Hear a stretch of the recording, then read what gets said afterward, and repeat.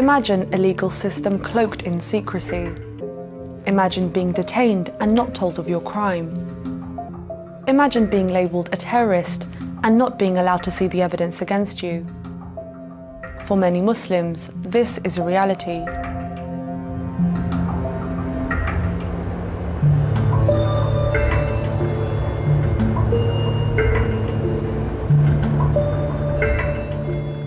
In 2005, the British government ruled that it was against human rights laws for a terror suspect, both British and foreign, to be held in jail without trial.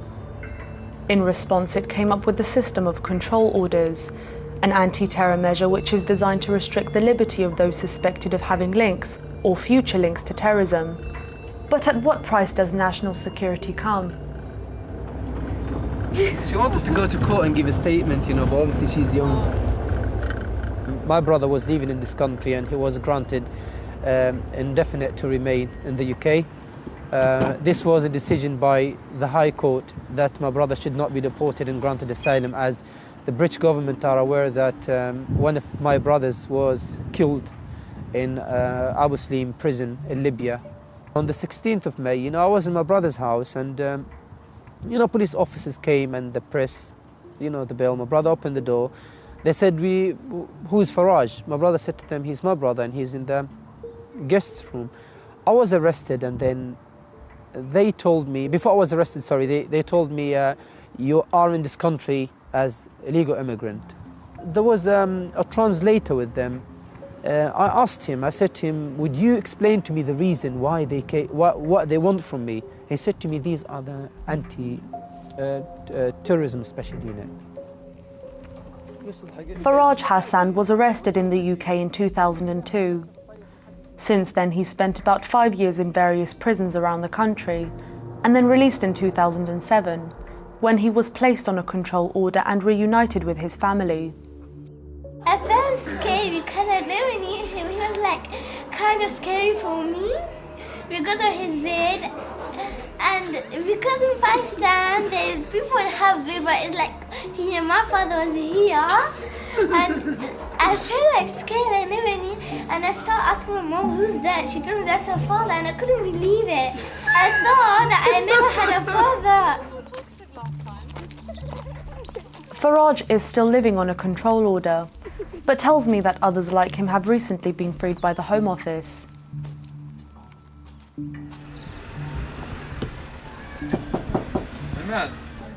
I travelled to Bolton, a town in the northwest of England, to meet a man who just one day prior won his case against the government.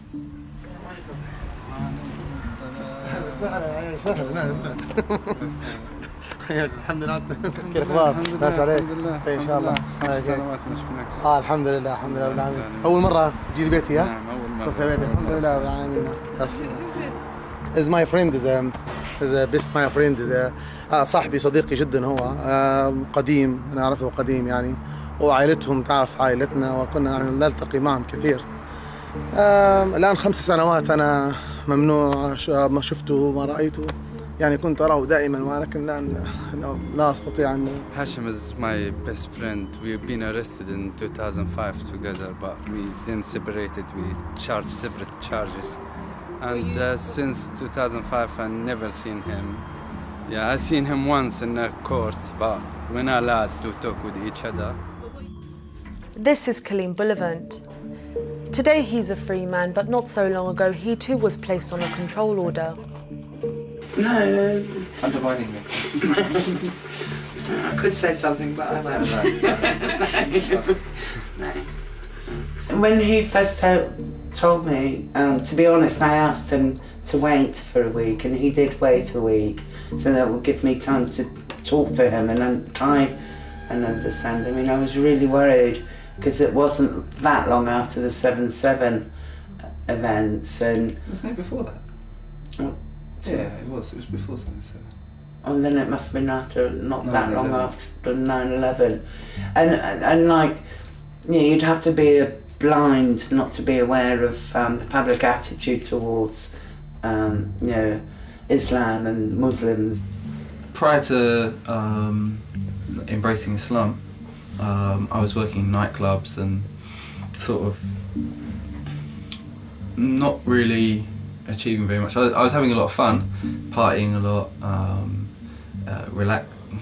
living quite a hedonistic lifestyle, but I didn't find it very fulfilling. And then I met an old friend from school who I hadn't seen in about 5 years, and we started talking about Islam. Kerry, you know, seemed to become quite focused, I noticed quite a lot of positive changes in him. And so my anxieties dissipated quite a lot, you know, and I thought it was a good thing. We have a different take on stuff, don't we? I do stuff. You do. All the curse of parenthood is you want certain things for your kids, and they may not want the same things you want. تركت ليبيا أو هاجرت خرجت من ليبيا هجرة. الوضع في ليبيا كان يعني متأزم جدا. كانت لا يوجد قانون في ليبيا، لا يوجد في حكومة يعني تكون يعني على تلبي رغبات الناس أو تلبي حاجات الناس أو حكومة رشيدة. فخرجت حتى تمهيدا لتغيير هذا النظام في ليبيا. في يوم 13/10/2005 قبل الفجر تقريبا دخلوا تقريبا 15 أو هكذا ما يقال 15 إلى 20 شخص، دخلوا بالأسلحة الرشاشة وكسروا الباب، وكانوا الأطفال كانوا نايمين. كانت ذلك الوقت كان عندي 2 بنات. زوجتي كانت يعني في حالة صار لها شبه إغماء. كسروا الباب ومسكوا البيت، أخذوني من فراش النوم، يعني أخذوني وربطوني ومنعوني من رؤية أولادي ولو حتى النظرة الأخيرة، وأنا لا أعرف أي شيء لماذا تكسيرة الباب، لأن حقيقة لا أعرف.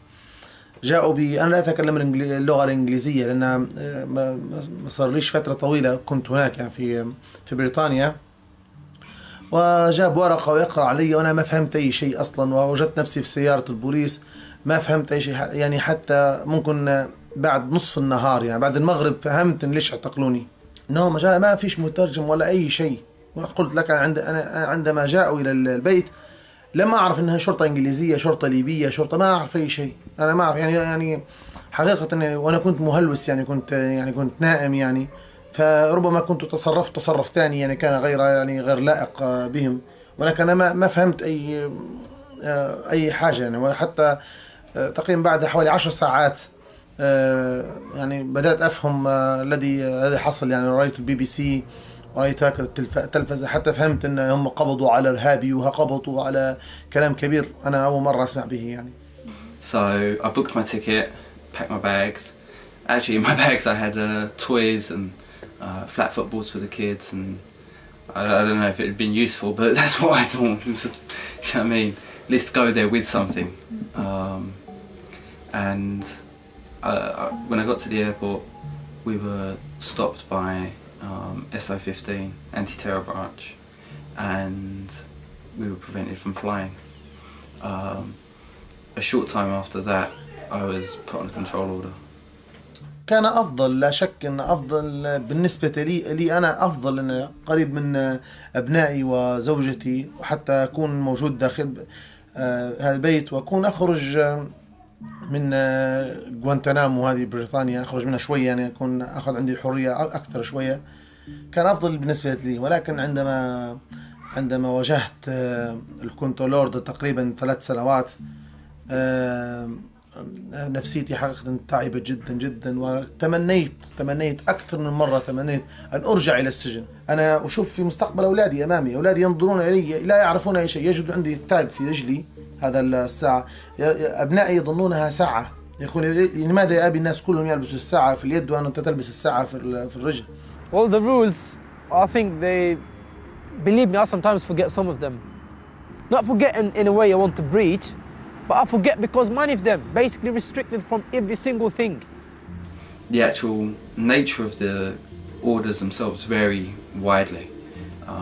There have been people that have been under as much as 20-hour house arrest. That's been limited down to 16 hours now is the maximum they can do. I'm not allowed for mobile phone. Not allowed for internet. All of your identity documents, you must allow police to search your property at any time that they wish. Not allowed for arranged meeting. I have to be subjected to curfew. Geographical boundary. They're banned from internet, they're banned from having mobile phones. You can't have guests to your house. Even your children can't have their friends come over. Not allowed to permit more than one visitor to enter the residence while I'm in the residence. Tags. You must phone a monitoring company before leaving and entering the house, or phone at certain times. Officers that can come at any time to my residence. They can search any time. They can take any item. عندما أخذ إذن نمشي حتى إلى المحامي في برمنغهام. عندما أخرج من منطقتي، هي منطقة ضيقة صغيرة، وعندما أخرج إلى برمنغهام لابد أخذ تصريح من القاضي يوافق على أمشي إلى برمنغهام. There are a whole raft of other conditions that there are some that they always put on, like for example surrendering your passport. You're not allowed to go to any train station or airport where there's international flights or international train travel or ferries, which means that if you travel around London you can't go through King's Cross. Anyone knocks the door, you'll see everything messed up. My wife is running upstairs to put her hijab. Shayma gets scared. I just try to keep everything fine. Sometimes, just my sleep always connected to the door. Last year they came at 7 o'clock in the morning and they finished at 5:30. Did they find anything? Yeah, they found a lot of things. They took my favorite CD. What do you mean they found enough things? Last year. What they found? What do you mean last year? What they found? They found a bomb. What they took? They took some CDs, Quranic CDs, and they took some letters we received from Muslim community and. Yeah, they didn't find anything. They took some things. They robbed our property. That's what happened. They didn't find bombs. 6, 97, 99, 100, 90, 20, 21, 22, 23, 24. So. Okay, so it's 124. For this one, part of it was within my previous boundary, but then for some reason, I think about a month after my release on the SAYAC bail, they changed it. And they said, we're going to give you another area instead. And they took this one off. And I wasn't happy. I said to them, I want this one back because this one is the city centre and it is close to my house. And the new one they gave me, which is about 3.8 miles away from here, is too far. What would happen if you actually walked onto that side of the road? If I go there and breaching the bail condition, breaching the conditions of the control order. But how do they know that you would cross that side of the road? I don't know. I mean, they go their own. Honestly, I mean, within the past 2.5 years, I never attempted to breach or just. I haven't got no reason to do that, because I'm thinking about myself and my family as well. Before that, but would your tag alert them to the fact that you? I believe they got that sort of technology. I believe they would be aware that. Can you show your tag now? Where is your tag on your leg? Yeah, it's fine. If you can just go to that corner, if you don't mind. Of course, anyway. Yeah, it's fine. Do you know? I mean, this is one of the things. Obviously, it makes you feel really, really bad because it's not the issue about embarrassing. It's just about everyone start looking at you and everyone start judging you, and it's really, really. Yeah, I understand. Absolutely, 100%. Yeah, but I don't mind. I mean, it isn't here, as you can see it now. And that's why you cannot cross. Yeah. لي أن أشتغل، ولكن أنا انجينير كمبيوتر. هم يقول لا يسمح لي بلمس الكمبيوتر، ممنوع علي لمس، وضع صبعي على الكمبيوتر ممنوع أدرس أي دراسة فيها كمبيوتر، ممنوع أدخل كولج يوجد فيه كمبيوتر. يعني طلبت أن أدخل أتعلم الإنجليزية فقط، الإنجليزية الASOL البيجينينج، فرفضت لهم أوفيس، قالوا إن يوجد في الكولج وليس في الفصل، يوجد في الكولج فيه كمبيوتر فيه إنترنت، فهو خطر علي وخطر لا يمكن أن يسمح لي أن أدخل في الإنجليش. The Asian way of washing up, having a dishwasher. No, they put they put a little bit of, they put fairy liquid on the sponge and then leave the hot tap running. Ah, but that's not a very green way of washing up. No, it's not very good washing up. Yeah, my mum didn't know about my control order for probably the first 9 months of me being on it, maybe even a bit longer than that. I was very worried for her. She suffers from a severe mental illness, and I was very worried that the stress of knowing about it and the stress of it that it would put on her could make her relapse and become ill again. And in the past, when she has been very, very ill, well, it's not very nice, put it that way. She attempted suicide once, just before I went to university. And so I was really worried about the effect it would have on her. But that lasted for about 9 months. The police raided my house and arrested me on a trumped up charge that I was trying to obtain a false passport, which was later dropped, and there was no evidence of it at all. But they used it to search my house and search my mum's house, and when they did, obviously, that she found out what it was about, and they told her, and it's stupid. She asked them, why are you here? What's going on? And they said, well, we can't really tell you, but the evidence against him is very, very strong. So when it a couple of years later came out that the judge said there were no reasonable grounds for suspicion, you realise just how much the police talk out of their other places. But yeah, so that's how she found out, and bless her, she was so supportive, and she believed me and trusted me straight from the beginning. Yeah. It was a huge shock because, you know, I had police hammering on the door at 6 o'clock in the morning, and they came bursting in, and, you know, where is he, you know, and I didn't know he shouldn't have been here. I didn't know why they wanted him, and, you know, it's in connection with false identities, and he should be here. Well, why should he be here? He's required to live here. It's on a control order. So I had to move out. So I went and rented a room somewhere else, and then I would have to travel to my mum to help her and look after her.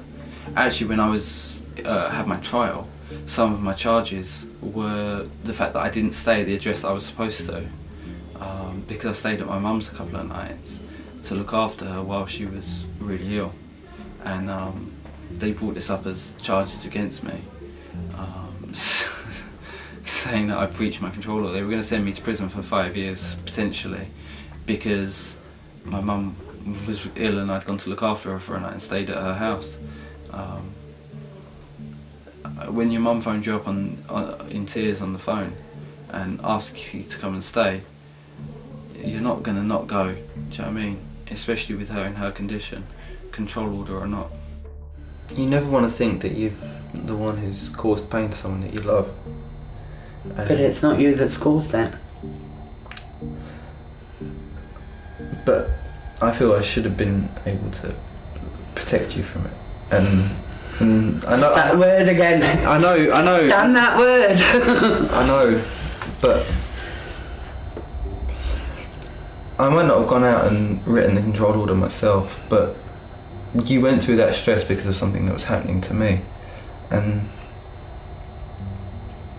that's what these control orders do. They don't just punish the person that it's happening to, they punish the whole family. Mm-hmm. They punish everyone around, anyone whose sphere of life is touched by that person, mm-hmm. is affected by the control order. Because I'm no longer able to work, and I have used up in its fullness my sickness pay, I'm now having to apply for employment and support allowance and various housing benefits, which I'm trying to sort out at the moment. And it's kind of difficult to, you know, I'm going to have to undergo health assessments in relation to these benefits.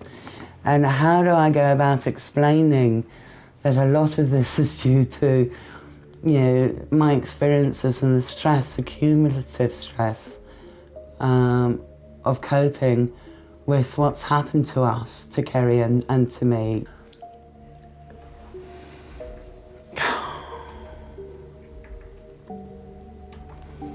Devastated, you know, because I'm struggling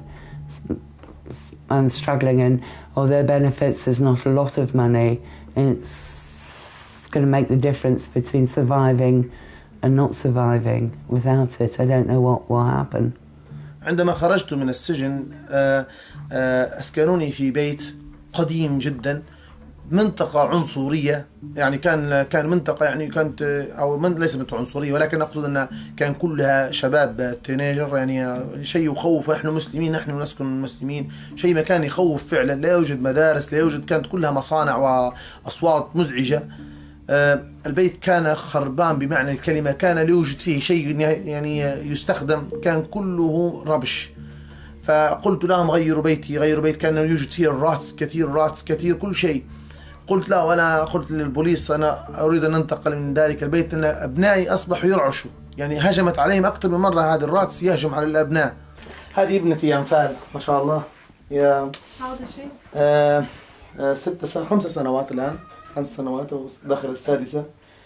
أنفال، إيش بيت أم أحسن بيت؟ هذا البيت الأول. هذا أحسن. بيت الأول إيش كان؟ إيش بيت الأول؟ بيت حلو بيت الأول. بيت الأول قديم، ذكاء بتاع الفين الإنجليزية. حلوة مش حلو؟ مش حلو. ليش؟ هيك. شن فيه مش حلو؟ هيك. لا، شن فيه كان فيه مطبخ. وفيه فئران وكذا.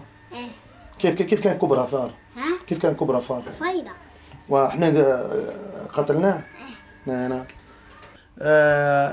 أترك كل شيء في المطبخ يأكله الراتس، الخبز كله. أنا أشتري الأكل، أشتريه لي أنا لأبنائي وللراتس يأكلوا معي يعني. فقلت أكلم الهوم أوفيس، أنا أريد أن أغير البيت. قالوا لي لا. عندما صورت بالفوتوغراف كل الراتس وهذه الموجود في البيت وكل شيء مكسر صورته في البيت، فأعطيت نسخة إلى المحامي. وعندما جاء الهوم أوفيس قلت لهم هذه نسخة سوف أبعثها إلى الصحافة، يعني كنت إيش عملت فيه أنا في عائلتي وضعتوني هنا. فبعدها بأسبوع فقط تقريبا قالوا سوف ننقلك إلى بيت جديد وتنتقل منطقة أخرى. I asked my mom yesterday, could I have rice for you? But she told me no, we don't have a lot of money to buy it. And she told me that we don't have rice, and we do have a milk. But my mom told me to leave it for my brother because he drinks milk. So my mom told me leave it that for next days and have money. Thank you very much. Yeah, thanks for the time. In a few weeks, Faraj will know whether he'll be taken off his control order or whether he'll continue to live life under these crippling measures.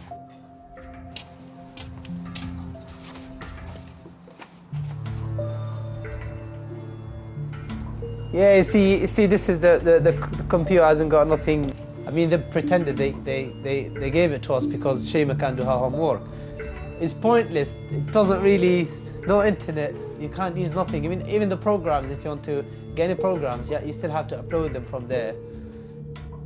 Well, as for the verdict, you know, my QC said it might take 4 to 6 weeks. I mean, this court still hold their secret evidence, you know, and they don't want to disclose it. Obviously, in the secret, they keep twisting things up, and they might convince the judge. So, inshallah, I hope everything goes for my favor and can move on. Okay, then. It's fine. Thank you very much for your visit, and just to hope everything goes okay. And we might next time be able to invite you inside our own house and we show you our hospitality. But we're really sorry. I hope you understand our situation. So we might see you next time. So take care. Alaikum salam. All right then.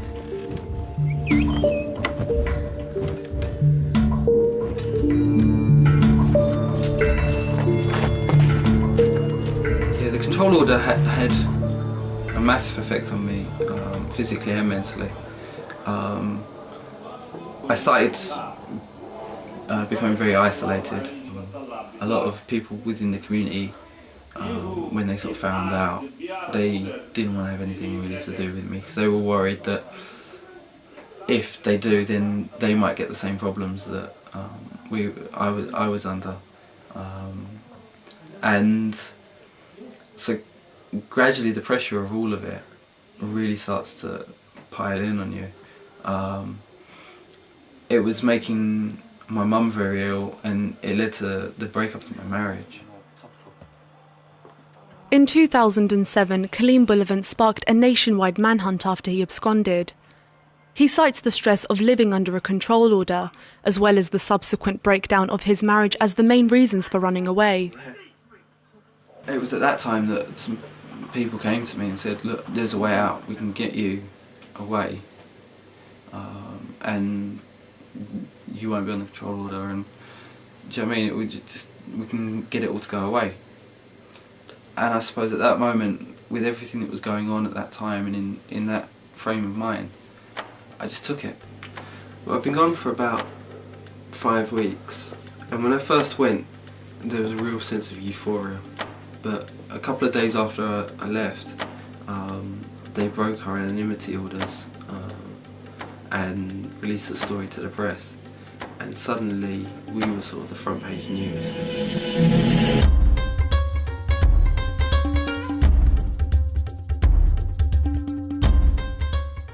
You know, when Kiri absconded and it hit the press, it was really bad here. I had the press camped on the doorstep, and I actually had to go and stay in a hotel.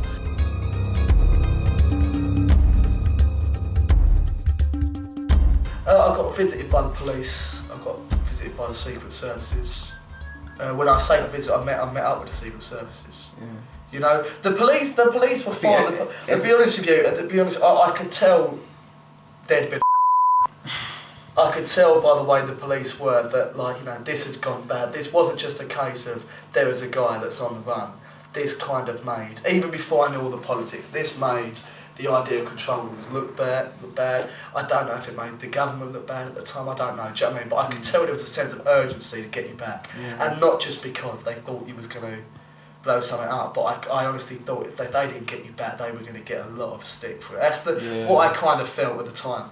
They were nice though, they were helpful. It was always reiterated to me that they weren't trying to get you in trouble, they just wanted to get you back before they were lying to you. Something bad happened. They wanted to lock me up for a long time.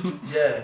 So I came home, I spoke to my mum, and we actually phoned the police on the Saturday and told them that I was back and I was willing to hand myself in, and my solicitor came and made the phone call, and they said, oh no, don't worry, he can come in on Monday morning.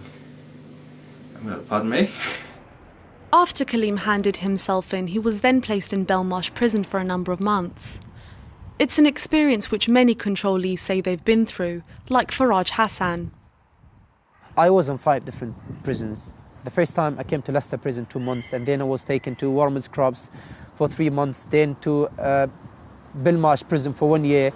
Then I was taken to Brixton prison for 2.5 years, back to Belmarsh for 3-4 months, and then I ended up in Lothian prison for the last year. So altogether was exactly 5 years. Officers were racist, they were so nasty, uneducated. They have no respect at all to Muslims. They have no knowledge or experience in how to deal with foreigners or people who come from different background. دخلت إلى السجن في سجن لونج لارتون، وفي قريب من ضواحي برمنغهام على ما أعتقد. أنا ما أعرف حتى فين أصلا، لأنه هو عندما حضروني خرجت ما شفت السجن من الخارج، ولكن عندما درست أو عندما سألنا المدير السجن ما هو هذا السجن، فقال هذا قاعدة أمريكية قبل في الحرب العالمية الثانية، كان قاعدة أمريكية حربية تحول إلى سجن. فكان شبيها بغوانتنامو. يعني غوانتنامو بدون security evidence, security charge, بدون محاكمة، بدون أي شيء. Many people, they just look at prisons in Guantanamo and other countries. You see, in other countries, they torture people physically, you know, but in here they torture you mentally. عزلونا نحن العرب، عزلونا في وينج خاص بنا، لا نخالط أي أشخاص آخرين. عملوا لنا هاي سيكيورتي، تفتيش عندنا، نعمل يفتشونا كل في الشهر، بعضنا يفتش في الشهر عاريا من ملابسه يومين في الشهر. Well, you know, I think once I was angry and I broke the TV and then I had to pay it, you know. That's all.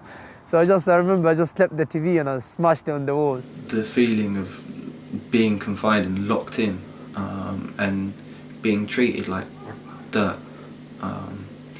But alongside that, there was a brotherhood amongst the people in prison, especially the people who were in on similar sorts of charges and similar sorts of cases, where we knew that the majority of us hadn't done anything wrong and that we were being oppressed purely on the basis of the religion that we'd chosen. Sometimes, you know, if my next door neighbor was a brother or a friend, we just keep chatting from the windows, and sometimes if it's cold weather we keep chatting from the central heating pipes, you know. There are some holes so we can't hear each other. The people I saw in there I'll never forget, because some of them were the best people I've ever met in my life. I saw things that will stay with me forever. In 2007, the United Kingdom and Libya signed the Memorandum of Understanding, an agreement covering various issues such as extradition and prisoner transfer with the promise of a fair trial. However, Farage and Ziad were sceptical of such a deal. لا يخفى على أحد أن عندما ذهب توني بلير رئيس الوزراء السابق لبريطانيا، عندما ذهب إلى ليبيا عمل معهم يعني كونتراكت على الغاز، ويقدر تقريبا ب 10 بليون باوند. عندما رجع توني بلير من ليبيا جاء هنا، اجتمع المؤتمر الشعبي العام، يعني يسموه البرلمان في ليبيا، اجتمع قالوا أن أي دولة تدعم المعارضة السياسية ضد ليبيا سوف تحرم من الكعكة الليبية. يعني يقصد أنهم يعني المصالح والصفقات. وبالفعل يعني عندما جاء توني بلير هنا بعد ما خرج هذا القرار ثاني يوم تقريبا ألقي القبض علينا، ثاني يوم يعني. And then the last year was that memorandum of understanding. It just mainly the British government to Tony Blair was trying just put these people in an aeroplane and send them back to Gaddafi.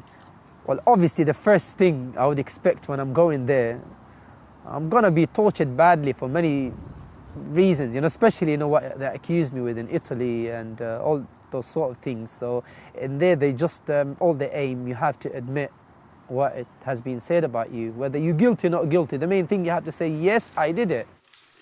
كان يظن الحكومة الإنجليزية يظنوا أن هذا كلام ليس صحيح، ولكن عندما أرسلوا فاكس إلى الحكومة الليبية إن في حالة لو سلمنا الأستاذ هاشم إلى ليبيا ماذا تصنعون به؟ فقالوا بكل صراحة وبكل وضوح أن إذا وصل سوف نعدمه. فهذه الذي القاضي أعطاني حق أن نخرج من السجن، نبقى على الكنترول أوردر. هذه كانت في السجن سنة هناك، هذه كلها في السجن. هذه الرسمة أخذوها هومن رايتس، بعثوا رسالة قالوا أن يريدون أن يأخذوها، الحقوق تصبح لهم هم يعني. أنا هوايتي الرسم الساخر، أستخدمه كثير في السياسة، ولكن واجهت كثير من الصعوبات والمشاكل في عندما بدأت أرسم داخل السجن.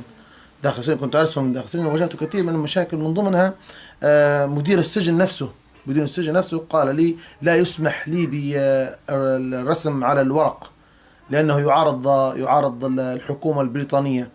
قلت له أنا في بريطانيا، وبريطانيا عندها حرية. قال نعم، حرية على الإنجليز فقط، ولكن ليس أنتم عندكم الحرية. This is for the deportation before. Next one is control order. Third I don't know. Say next. نشروها في تشانل 4، نشروها في معارض هذه الرسمة بالذات يعني، لأنها كانت واضحة تعبر عن سيكرت الأدلة السرية تشارج. هذه أنا أحب هذه الرسمة كثير، يعني تعبر أن توني بلير يقول يعني نحن ما نعذبوش، يعني نحن مش نحن نعذب ولكن نرسل لمكان آخر يعذب. يعني لا أستطيع أن أتكلم اللغة الإنجليزية، فوجدت اللغة التي يفهمها الإنجليز والعرب وكل اللغات، وهي الرسم الكرتوني. هذه جديدة لم تنشر، هذه the new one is not before. This is Britannia. You know, Britain is very light outside. جميلة جدا من الخارج، ولكن عندما يأتي العالم ويرفع هذا الكنترول اوردر هي غوانتنامو. After almost 3 years of living under a strict control order, today Faraj will find out whether his case against the government was successful. Assalamu alaikum wa rahmatullah. May I speak to Brother Muhammad, please? Muhammad. Faraj. Faraj, yeah.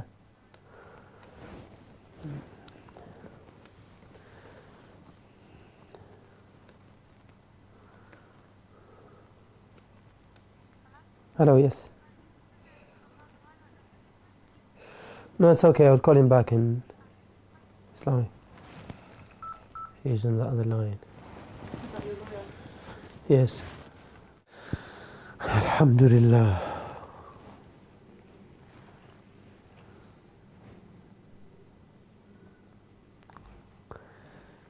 Sabrina. This is my solicitor. Assalamu alaikum. How are you, brother?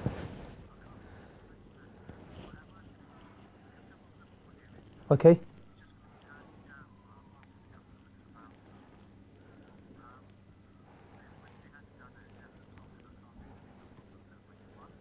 One. Allahu Akbar. Brother, 1 second, please.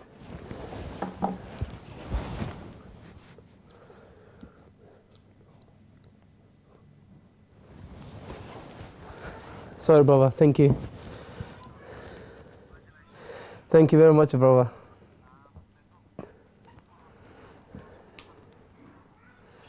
Yeah. They're not going to appeal it. Allahu Akbar. That's the other thing, bro, I was worried about, man.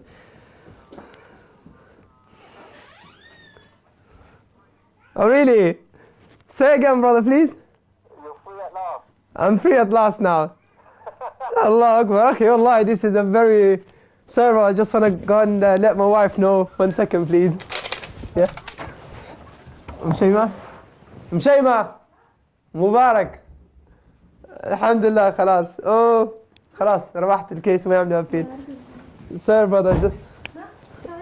Salman, your daddy won the case, yeah? جزاك الله خير, brother Muhammad. May Allah reward you, inshallah. So it's all right.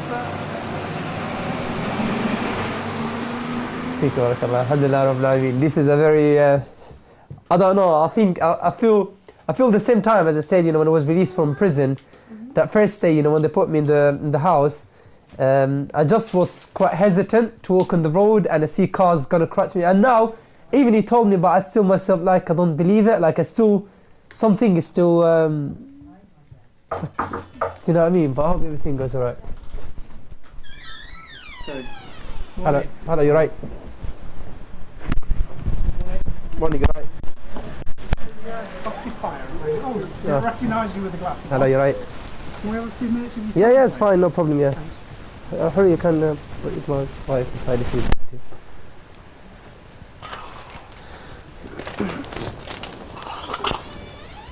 You're officer. Have you heard some good news today? Yes, I did, yeah. Actually, my solicitor has rung me now. And, okay. Well, we're around here to confirm that in writing to you. I've got documentation that's signed by the Home Secretary. That's fine. You can have a seat, sir, if you would like to, you know. That's okay. I'll just read out this so that it's... Yes, fine. Do you want me to... Sorry, whatever you want me to... Yeah. That's fine, no problem. Okay. I've got 2 documents to serve on you today. That's fine.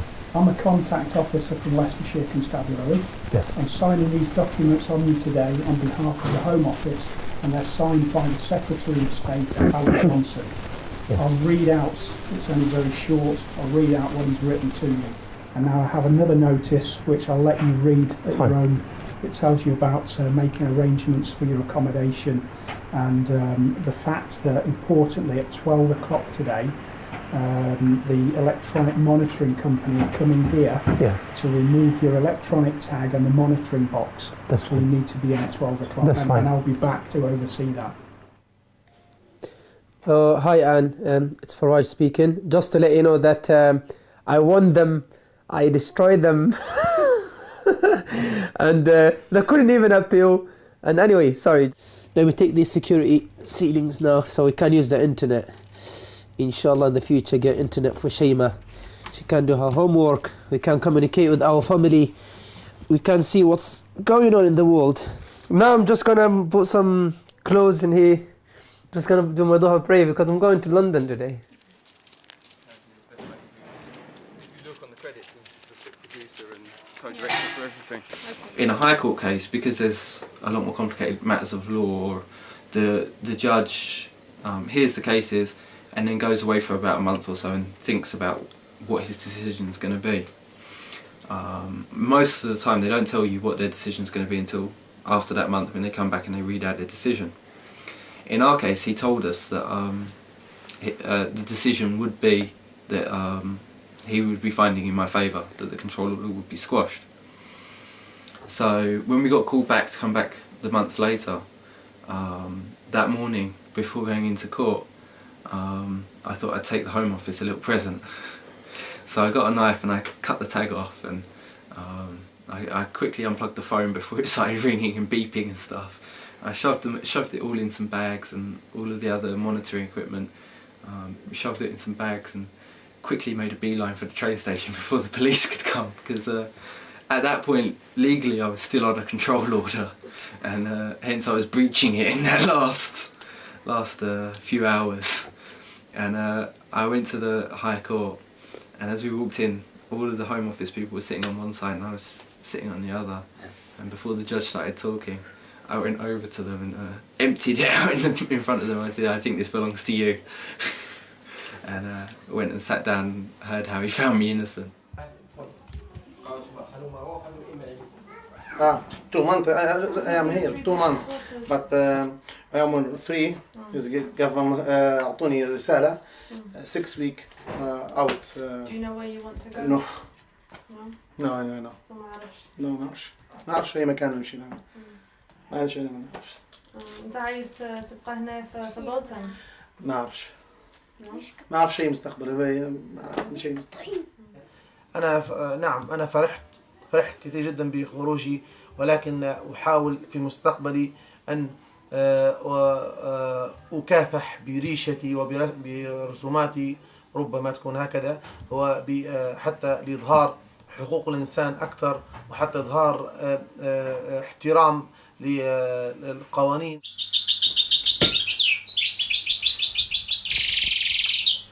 Assalamu alaikum. Oh brother, how are you? Right? No, to London. No, inshallah, we might be moving on Thursday morning, inshallah. Okay, brother Khalid. May Allah reward you, brother. Thank you very much, brother. Assalamu alaikum.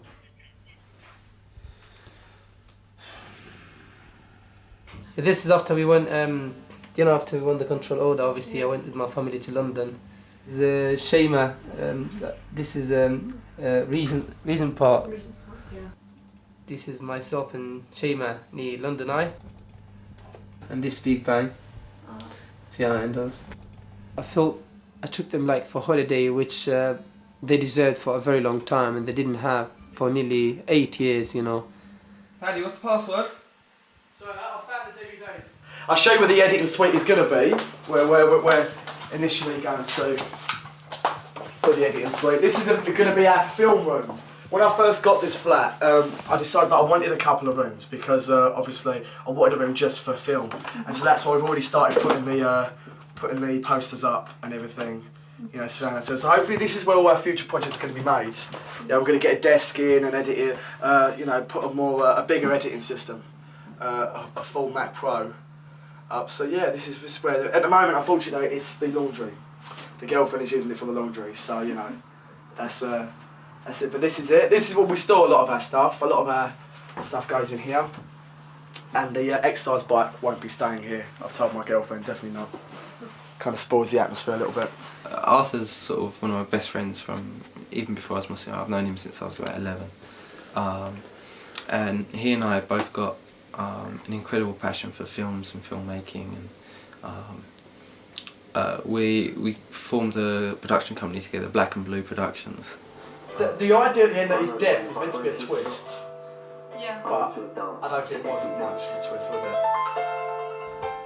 هذه هديتها من لبناتي داخل السجن يعني عملتها بنفسي يعني. فأنا فرحت كثير جدا بفرحة زوجتي، فرحت كثيرا جدا بفرح أبنائي. هذا أول شيء، ولكن أنا أشعر الآن في حياتي أمامي مستقبل كبير جدا، لكن ما أعرف كيف أبدأ به. In early 2012, control orders were replaced by a new regime known as TPIMs. For Faraj, Kaleem and Ziad, the restrictions have now been lifted, but it's clear the trauma of the measures will continue to have a lasting impact.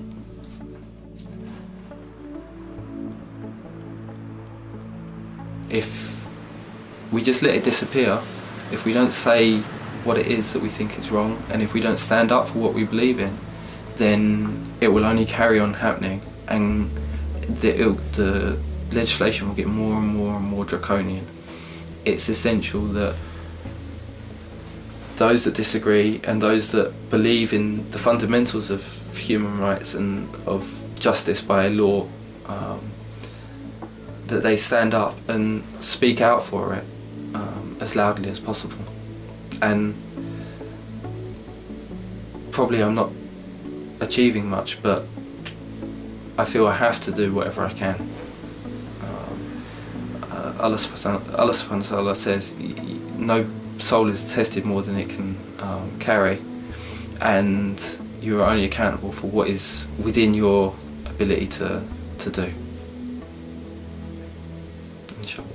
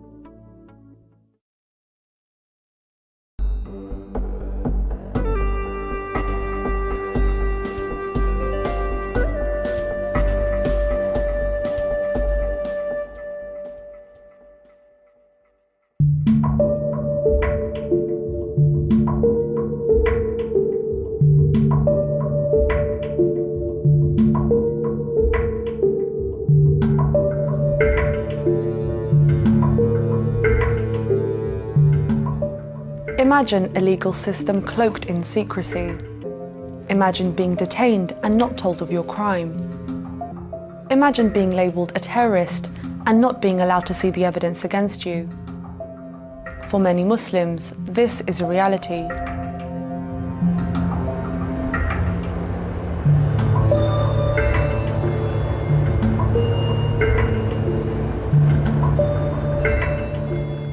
In 2005, the British government ruled that it was against human rights laws for a terror suspect, both British and foreign, to be held in jail without trial. In response, it came up with the system of control orders, an anti-terror measure which is designed to restrict the liberty of those suspected of having links or future links to terrorism. But at what price does national security come? نستطيع أن Hashim is my best friend. We've been arrested in 2005 together, but we then separated. We charged separate charges. And since 2005, I've never seen him. Yeah, I've seen him once in a court, but we're not allowed to talk with each other. This is Kaleem Bullivant. Today he's a free man, but not so long ago he too was placed on a control order. No. Undermining me. I could say something, but I won't. No. When he first told me, to be honest, I asked him to wait for a week, and he did wait a week, so that would give me time to talk to him and try and understand him. And I was really worried because it wasn't that long after the 7/7 events, and wasn't it before that? Yeah, it was. It was before 7/7. And then it must have been after, not that long after 9/11, and like, yeah, you'd have to be blind not to be aware of the public attitude towards, you know, Islam and Muslims. Prior to embracing Islam, I was working in nightclubs and sort of. He was like kind of scary for me because of his beard, and because in Pakistan people have beard, but it's like here, my father was here, and I felt like scared. I never knew, and I started asking my mom, "Who's that?" She told me that's her father, and I couldn't believe it. I thought that I never had a father. Faraj is still living on a control order, but tells me that others like him have recently been freed by the Home Office.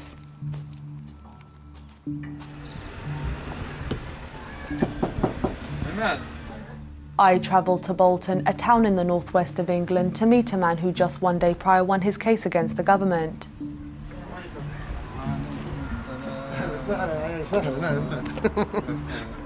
الحمد لله. كيف الاخبار؟ ناس عليك؟ ان شاء الله. الحمد لله الحمد لله رب العالمين. اول مره تجي لبيتي ها؟ نعم اول مره. الحمد لله رب العالمين. is my friend is a best my friend صاحبي صديقي جدا هو قديم، انا اعرفه قديم يعني، وعائلتهم تعرف عائلتنا، وكنا نلتقي معهم كثير. الان 5 سنوات انا ممنوع ما شفته وما رايته، يعني كنت أراه دائما ولكن الآن لا. She wanted to go to court and give a statement, you know, but obviously she's young. My brother was living in this country and he was granted indefinite to remain in the UK. This was a decision by the High Court that my brother should not be deported and granted asylum, as the British government are aware that one of my brothers was killed in Abu Slim prison in Libya. On the 16th of May, you know, I was in my brother's house and, you know, police officers came and the press, you know, the bell. My brother opened the door. They said, who's Faraj? My brother said to them, he's my brother and he's in the guest's room. I was arrested and then they told me, before I was arrested, sorry, they told me, you are in this country as illegal immigrant. There was a translator with them. I asked him, I said to him, would you explain to me the reason why they came, what they want from me? He said to me, these are the anti-terrorism special unit. Faraj Hassan was arrested in the UK in 2002. Since then, he spent about 5 years in various prisons around the country, and then released in 2007, when he was placed on a control order and reunited with his family. I felt scared because I never knew. Not really achieving very much. I was having a lot of fun, partying a lot, living quite a hedonistic lifestyle, but I didn't find it very fulfilling. And then I met an old friend from school who I hadn't seen in about 5 years, and we started talking about Islam. Kerry, you know, seemed to become quite focused, I noticed quite a lot of positive changes in him. And so my anxieties dissipated quite a lot, you know, and I thought it was a good thing. We have a different take on stuff, don't we? I do stuff. You do. All the curse of parenthood is you want certain things for your kids, and they may not want the same things you want. تركت ليبيا أو هاجرت خرجت من ليبيا هجرة. الوضع في ليبيا كان يعني متأزم جدا. كانت لا يوجد قانون في ليبيا، لا يوجد في حكومة يعني تكون يعني على تلبي رغبات الناس أو تلبي حاجات الناس أو حكومة رشيدة.